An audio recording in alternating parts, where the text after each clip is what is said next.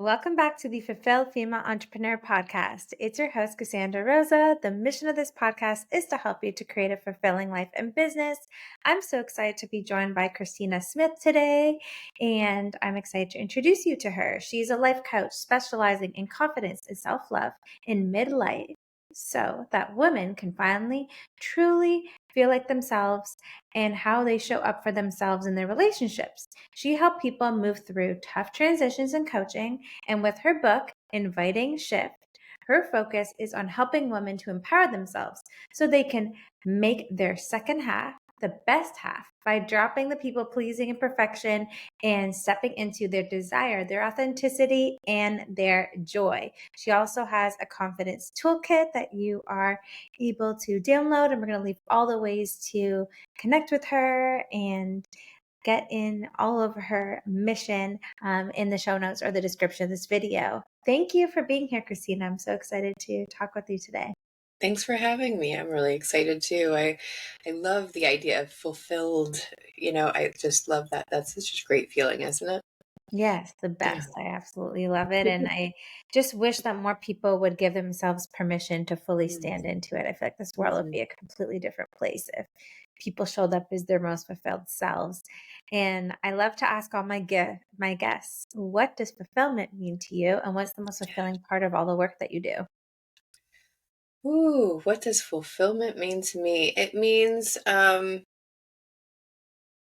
for me personally, it means I have purpose and meaning in what it is that I'm doing, and I feel good about contributing something that is beautiful, and also with that uh, living my mission or my authenticity, I guess, is fulfillment. That would be true fulfillment, would be like, not only am I fulfilling like a purpose, but I'm also fulfilling myself by doing that purpose. Yeah. And what is the most fulfilling thing about what I do? I think it's often,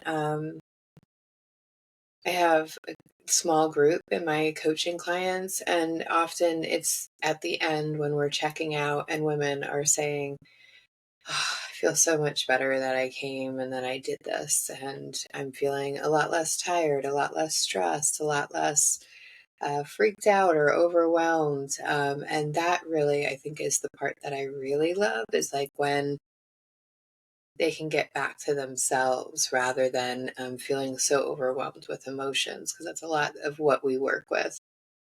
So yeah, it's really that part where my clients are, or when I get an email and they are like, "Hey, I did this thing today, and I said to myself, I really can't believe that you're going to talk to yourself that way. I need to be kinder to myself." And so I did it. And it was like, when they finally get through that thing that they didn't think that they could get through, or they start liking themselves, and it feels weird, but they like it. And yeah, those like little things that we think are such small things. Like, I liked myself today. I was kind to myself today. But for some of my clients, that is a huge deal. Like you said, it's a permission thing, a permission to allow myself to feel joy, even though everything in my life isn't complete. My to do list isn't complete, or I have challenges, and allowing myself to really still be myself. Yes.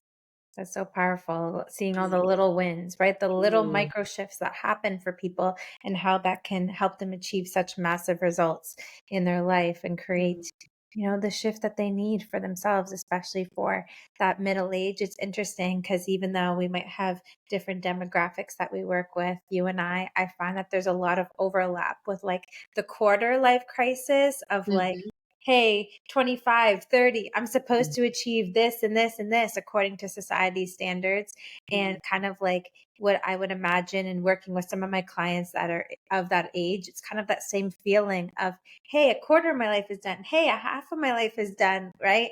Um, Being able to make those shifts and go through a big unlearning of the ways I'm in which learning. we operate and Mhm. the ways in which we've been taught by people, by our parents, and then also society.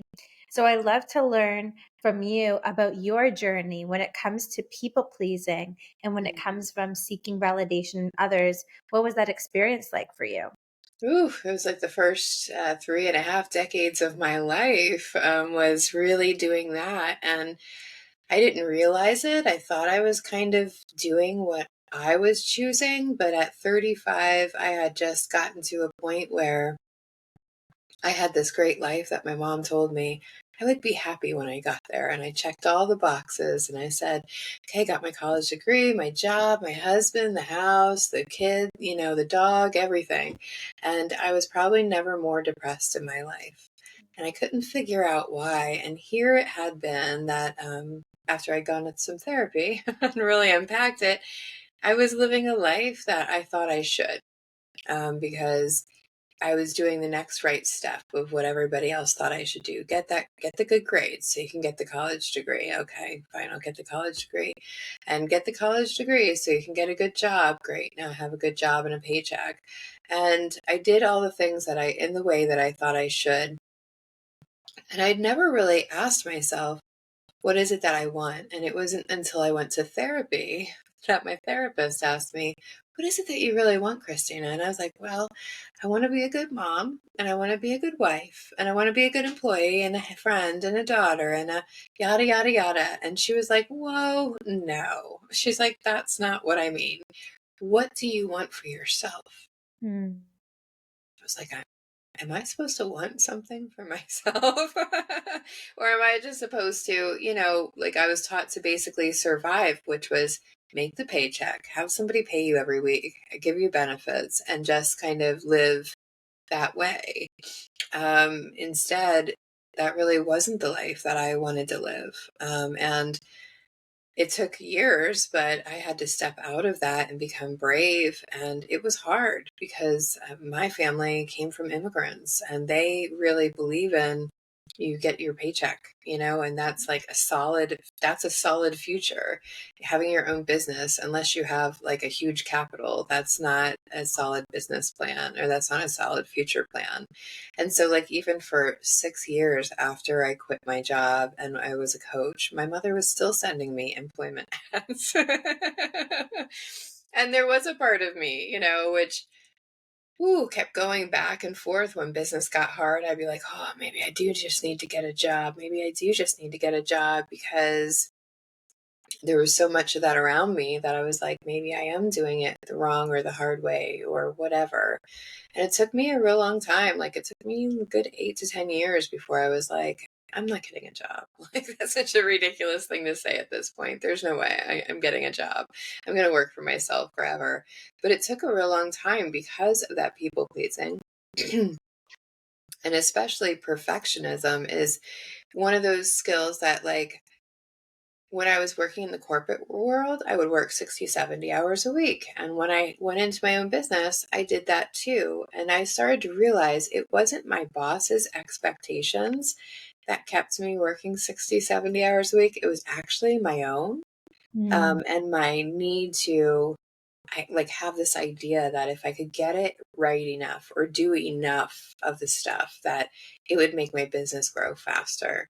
And what I really learned was trying to be perfect or trying to do all of the things was really held me back. In the last 5 years, I've been like scaling back all the things that I do and making it really simple and really focusing on the things that are in alignment with me rather than doing all of the things, doing the things that feel like they're in alignment with me.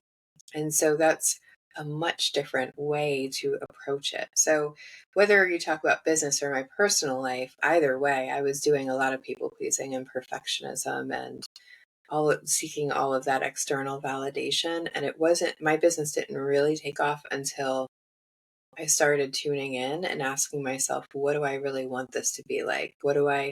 And only doing things that were in alignment with that. Yeah.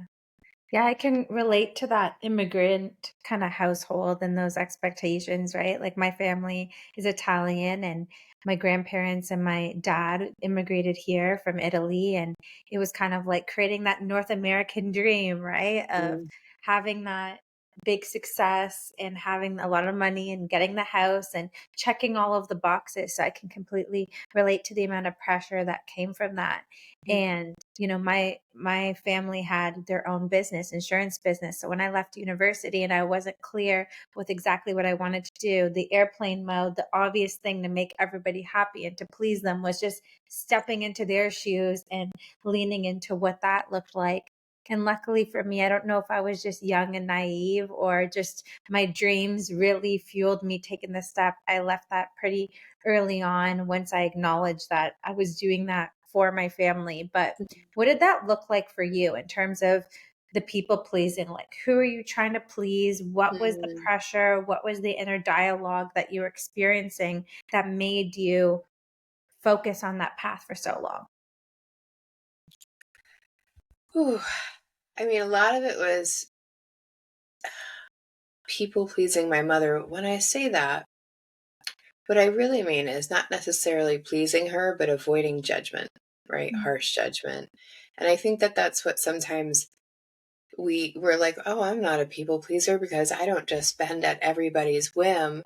But when we're making major life choices for ourselves, like if you had chosen to go into the insurance, agency, when we're making big choices like that, that's still people pleasing. I mean, it's like judgment avoidant, right? And it's so much harder. We think it's easier because we're like, oh, at least I'm not going to get the judgment. But then what happens for the rest of the time that we are in that choice is that we start judging ourselves and saying, I'm not strong enough to stand up for myself. I'm not, why am I here? I don't want to be here, and we go through all of that other stuff. So there's no there's no easy way out of it. And in one instance, we have to like put on that mask for the rest, like you would have had to put that insurance mask on for the rest of your life or until you made a different choice, let's say. But you would have had to put that on every day. And that would have been just as hard, if not harder, than saying, no, family, I'm not going to do that. I'm going to do something differently. And I think, in my age group, because I'm with those middle aged women, right, is like, I don't want my kids to feel like they have to do it my way. I think that that's something that's turning around now is that hopefully Gen Xers as parents are going, I don't know, maybe millennials and Gen Zers and Gen A all have like the things that they need. And it's a different world than it was when we grew up. So, I mean, there was no job of influencer back then. You know what I mean? There's so many jobs today that there wasn't when I was a kid. So, I'm hoping that this generation of parents will stop forcing their own ideas of what the right way to move forward is and have a little faith that they raise them in a way that they're going to do their best and they're going to figure it out, rather than, naysaying anything that doesn't look like the journey that I think you should take. No, it's interesting you say that because I can't speak to 100% parenting. I do have some clients that have kids already and some that don't. But what I really love about the generation now, with like considered a millennial, our generation is we're pushing the envelope for what the society standards have been and traveling and exploring the world young and instead of waiting for retirement, the way that society has made it come through. And in my book, I actually talked about that, about we have the checklist and we have these society standards, but the reality is this was created in the Industrial Revolution, all these society standards that we have. So it's extremely outdated to the way that life is meant to be experienced now and the way that we're meant to operate, which is so interesting. And I love seeing as the millennials are doing it, so are the people, the baby boomers now, and they're like second wave of life. They're middle age. So as much as we can be villainized and pushed against each other, oh, the millennials, oh, the baby boomers, we're kind of going through the same thing at the same time, which is very interesting, right? Of Yeah. pushing the envelope based on those old ways of being, which is so interesting, which allows for so much of it to be brought up, like the masks that we were putting on to be brought up, like the not self and the unauthenticity when it comes to showing up in life. So was there specific masks that you put on, and what was the experience of taking them off and busting through the people pleasing for you? Oof. Trying to think about the specific masks. I mean, there was probably a million of them, right? Depending on who I was talking to and where I was and, what was the purpose of me being where I was, there was like a million masks. There was a mask for my boss, and there was a mask for my husband and my mother and my child. And taking them all off has made me feel like one whole person rather than feeling like a million different people. And like it was almost like I realized it was almost like being schizophrenic and then having a medicine for it, because it was like it was so confusing to have like all those different voices inside of me and all those different identities. And instead today I'm really zoned in on where my identity is and who I am.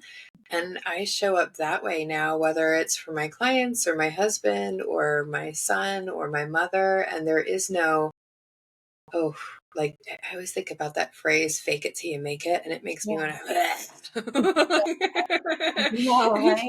because as I'm wearing that mask, like underneath, I'm just like, hating it, like hating that smile. And so really being able to be authentic and has been helpful, but it really came with, building that skill of confidence of understanding that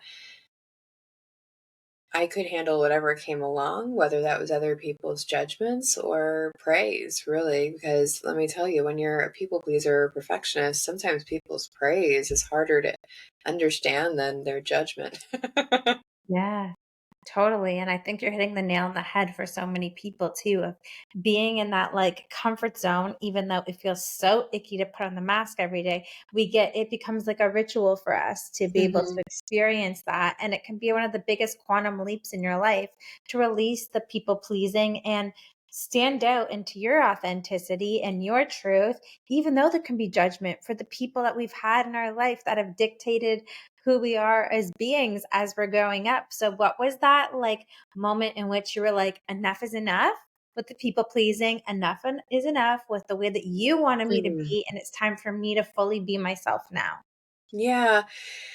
Whew, I think that had to do with the harder relationships that I had, like one with my mother, where I was just like there was stages of it with my mother, where like it was like I was 26, and the doctors had told me, if you don't have a kid now, you're probably not going to have one because you're going to need surgery, other things, right? So and I was like, do I want a child now? I was in my like last semester of college because I had delayed a couple years, and it was just that hard of a choice. And I remember being in Walmart of all places back when I was like 26 and going, I'm 26 freaking years old. I'm married. I can have a baby if I want to have a baby.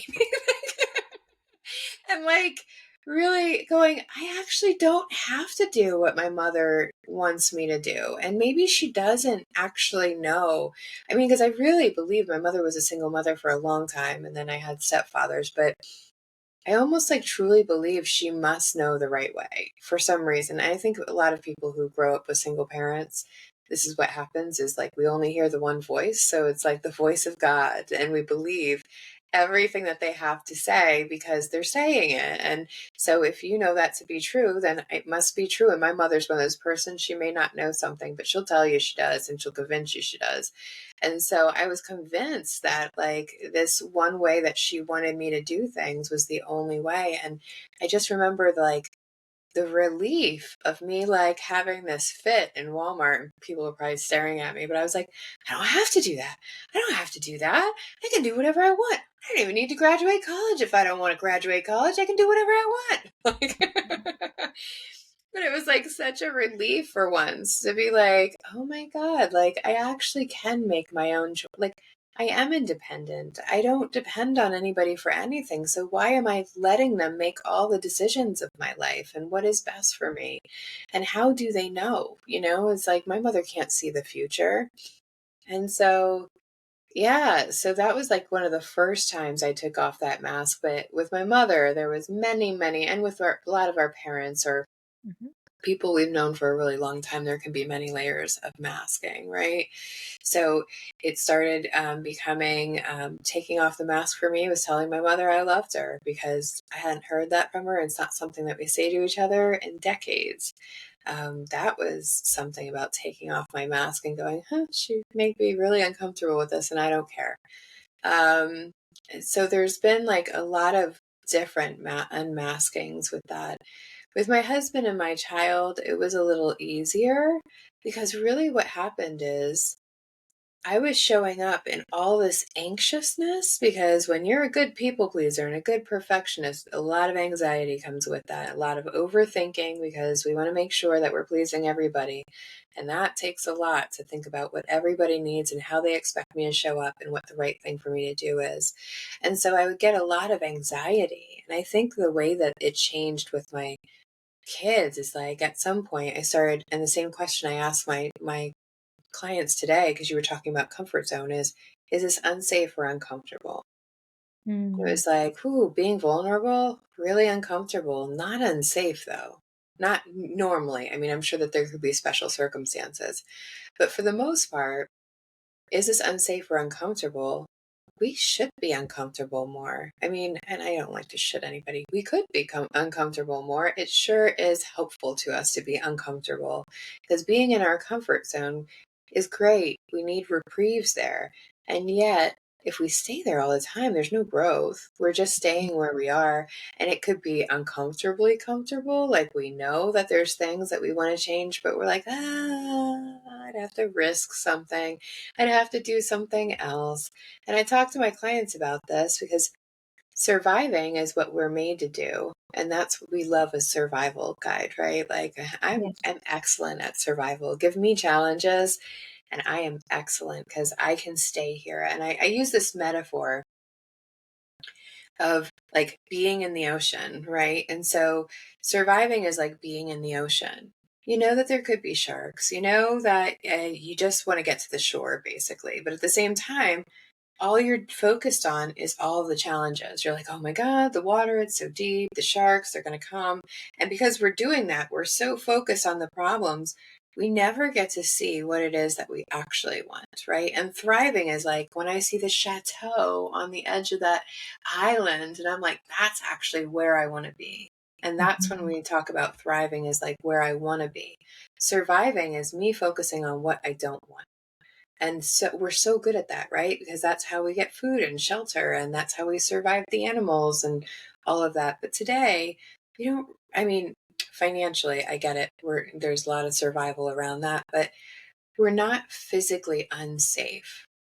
We're just mentally uncomfortable because of the finances, because of these problems that we create in our heads about things. Mhm. And so we just want to get to shore, and that's where our body is good. We're good at like getting away from the problems or solving the problems so that we can get away from them. We are not good at running towards what we want, because somewhere in between survival and thrival is that comfort zone. And we're like, "Oh, good enough. This is good enough. Like I can breathe. I'm not struggling in the water anymore. This is good." And so we're like, "Yeah, this is good. Could I climb that mountain to get to that chateau? Yeah, but it's a hot day." Yeah, that's right. So if someone is in this moment of wanting to stop having to worry about being in Mm, the ocean and wanting to step more into the thriving, right? So releasing the people pleasing mhm. and living for someone else and really stepping into this version where they're living more authentically in themselves and understanding who they are at their core and living and embodying that.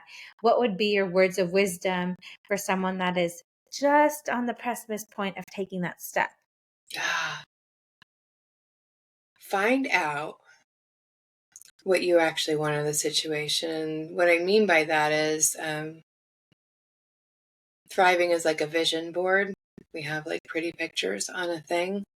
And the reason we have those pretty pictures or the things that we want in life is because we think that when we achieve them, we're going to feel a certain way. So when I get that big house, maybe I'll feel freedom or security or safety. I don't know, maybe connection. When I have that beautiful vacation, I'll feel relaxed and at peace and at ease. And so figure out what are the feelings that you're actually seeking, because everybody's happy is different.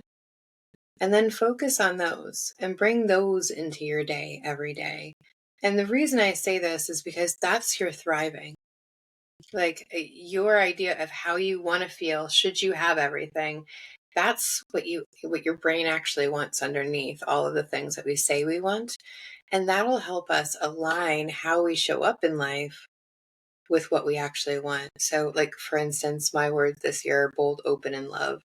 So I know that everything I choose, I want it to feel bold, open, and like love, which means that I have to bring that into my life every day. So instead of, we can easily get stuck in the survival mode by looking at the problems and, getting overwhelmed by them.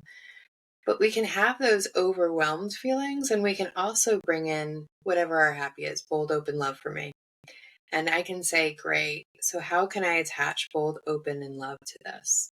Or in those people pleasing moments, how can I show up with boldness, openness, and love? Not in the yes mode, not with the mask mode, but if that's truly what I want, that's truly who I am. So, how can I show up with bold, open love, whether that's in my business choices or my personal life choices? How can I show up to that hard conversation with boldness, openness, and love? And the great thing about this is that if I have that conversation or if I take on a project and I'm bringing bold, open, and love with me, even if that thing doesn't turn out the way that I want it to, the hard conversation doesn't go in the direction I want it to, the project doesn't turn out the way I want to, because there's so many factors I don't control in those situations. But if I showed up with boldness, openness, and love, then I've succeeded, and I can self-validate myself that way. Or, self-validate my actions that way. And did I do the actions that felt right to do? Great. Then I'm okay. Because I have judged myself so much on outcomes that I didn't control. And I'm sure you have too, where we look back and we go, well, maybe if I would have said this or said that or said this or said that. And I can just run over the double, think about all those questions, all those conversations, every word I said. And it's so much when I could just look back and go, it doesn't matter what I say. Did I show up with boldness, openness, and love? Did I show up with whatever my version of happy is? Well, if I did, that's the best I could do. That's all Yeah. I can control. So that's how we kind of self validate and we stop people pleasing. Love it.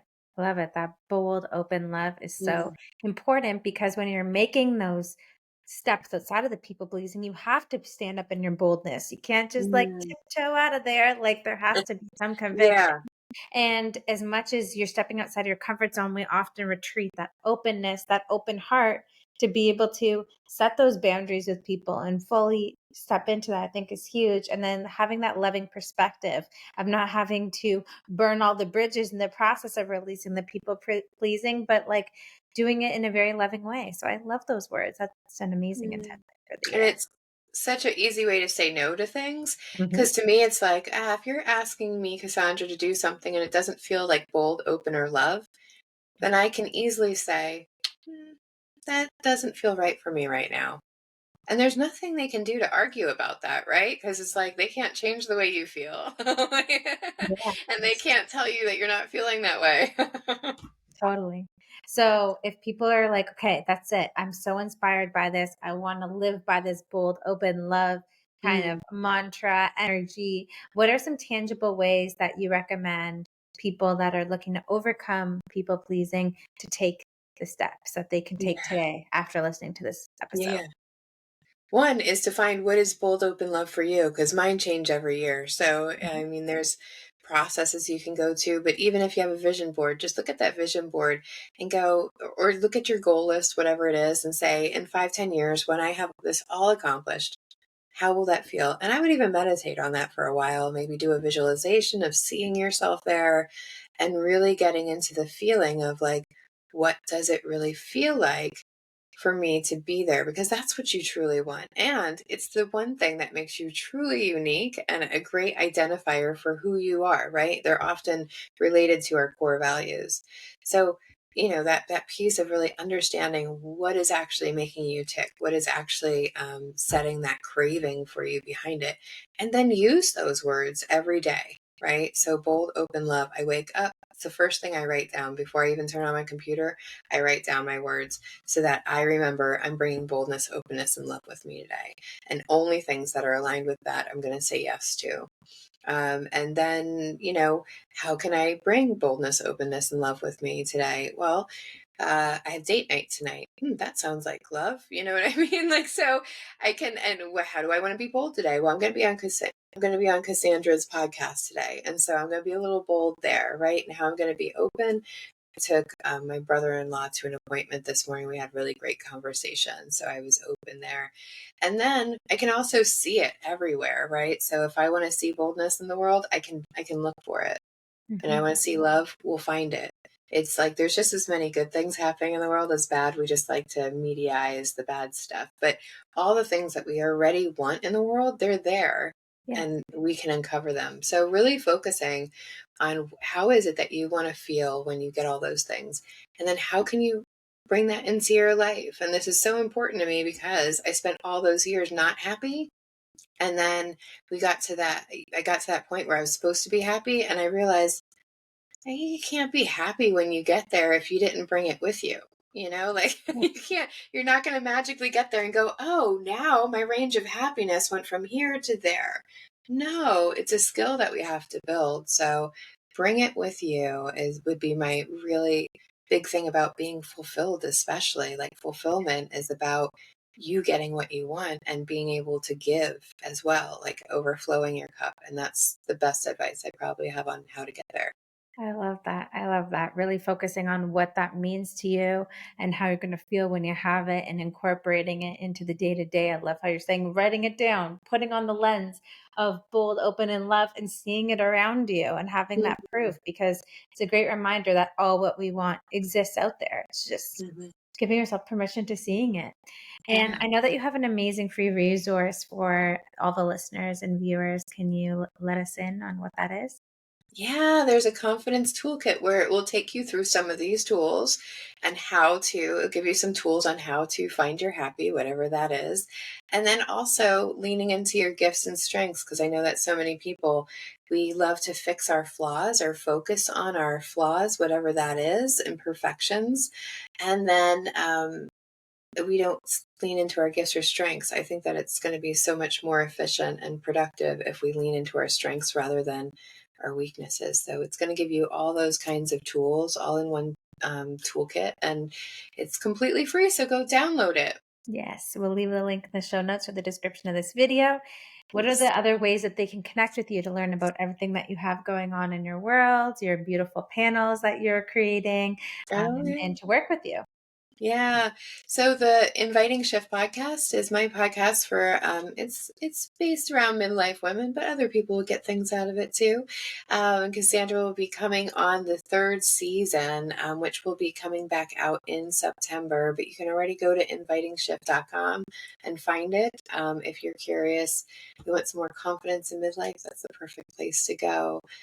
Yeah, and I work in coaching in small groups. Midlife women love to have a small group because we don't have a lot of friends after having our kids, and we kind of, lost touch with a lot of our friends while we were younger. And so it gives us a really good place to find authentic women that you can really move on your dreams and your confidence with.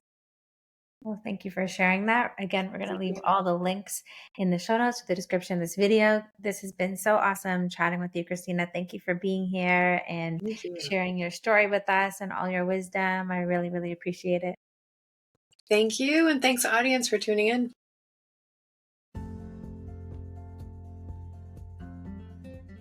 Thanks for watching the video. If you enjoyed it, please give it a big thumbs up and subscribe to the channel. Hit the notification bell so you'll be notified every time I'll upload a new video on Thursday. See you in the next one. Bye.